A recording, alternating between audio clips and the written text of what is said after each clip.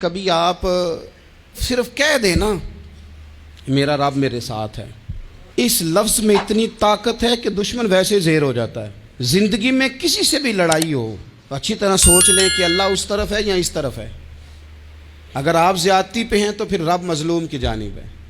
اگر اللہ کی مدد آپ کے ساتھ ہے تو دنیا کی کوئی طاقت آپ کو گرا نہیں سکتی، اور اگر آپ مظلوم کے مقابلے میں ظالم بن کے آپ کھڑے ہو گئے ہیں اور آپ نے رویہ وہ اختیار کیا ہے کہ جس میں مدد نہیں آئے گی، تو پھر یاد رکھ لیں کہ آپ کوئی بھی ہیں، کہاں بھی ہیں، آپ کمزور ہیں۔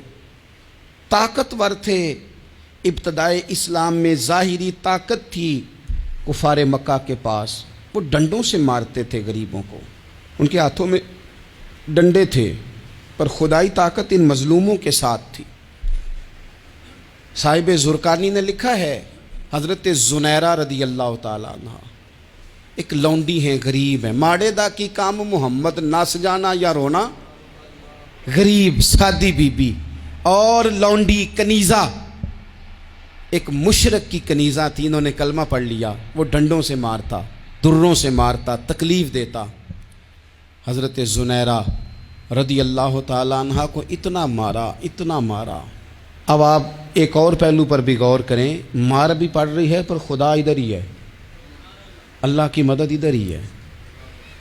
رب کہتا ہے کہ پہلے تو صبر کرنا، ان اللہ مع الصابرین، تو صبر کرے گا تو پھر رب کی معیت ملے گی، ذرا ٹھہرنا، تو تھوڑا ڈٹنا۔ ان الذین قالوا ربنا اللہ ثم استقاموا تتنزل علیہم الملائکہ، تو کہے اللہ میرا رب ہے، پھر تو پہلے ڈٹ، پہلے تو نے ڈٹنا ہے۔ ثم استقاموا، جو ڈٹ گیا، تتنزل علیہم الملائکہ، ڈٹنے والے کے لیے مدد آتی، پہلے تھوڑا ٹھہرنا پڑتا ہے، پہلے تھوڑا صبر کرنا پڑتا ہے، حوصلہ کرنا پڑتا، اس کے بعد مدد آتی۔ مار پڑ رہی ہے، مارا جا رہا ہے حضرت زنیرہ کو، ان کا مالک جو ہے ظاہری آقا وہ مار رہا ہے، یہ کنیزہ ہے، اتنا مارا اتنا مارا، ان کی بینائی چلی گئی،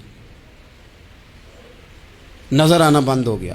ابو جہل آیا اور کہنے لگا زنیرہ دیکھا نا ہمارے بت تیری آنکھیں لے گئے، معاذ اللہ، لات و منات ہمارے بتوں نے تجھے اندھا کر دیا۔ اب ایسا نہیں ہے کہ بی بی روتی جا رہی ہے، روتی جا رہی ہے، مایوسی مایوسی، معاذ اللہ، پریشانی، غریبی بڑی ہے، پوچھنے والا کوئی نہیں، یہ باتیں نہیں۔ کیا جملے ہیں خاتون کے، کیا لفظ ہیں۔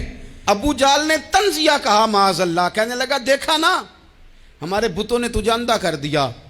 تو جناب زنیرہ آنکھوں کی بینائی گئی ہے، رات کو گئی ہے، دکھ ابھی تازہ ہے، لیکن اللہ پہ جو توکل ہے، اپنے مالک سے جو رشتہ ہے، وہ اتنا مضبوط ہے، اتنا طاقتور ہے، اس میں اتنی گہرائی ہے کہ حضرت زنیرہ بول کے نا اتنی قوت سے بولی، اتنی طاقت سے بولی کہ پورے کفر پر لرزہ طاری ہو گیا۔ فرمانے لگی تمہارے بتوں کی کیا اوقات ہے کہ میری بینائی لے جائیں، یہ میری رب کی حکمت کا تقاضا ہے۔ جب تک اس نے چاہا زنیرہ دیکھتی رہی، اور جب اس نے چاہا زنیرہ کی آنکھوں کی بینائی چلی گئی، اور اگر وہ چاہے گا نا تو بینائی واپس بھی کر دے گا۔ اگر ہو ذوق یقین پیدا تو کٹ جاتی ہیں زنجیریں، اگر وہ چاہے گا تو بینائی آ بھی جائے گی۔ حضرت زنیرہ نے رات کو یہ لفظ کہے، ابو جہل اور سارے کفار ڈر کے سن کے چلے گئے، آپ اطمینان سے آ کے بستر پہ سوئی۔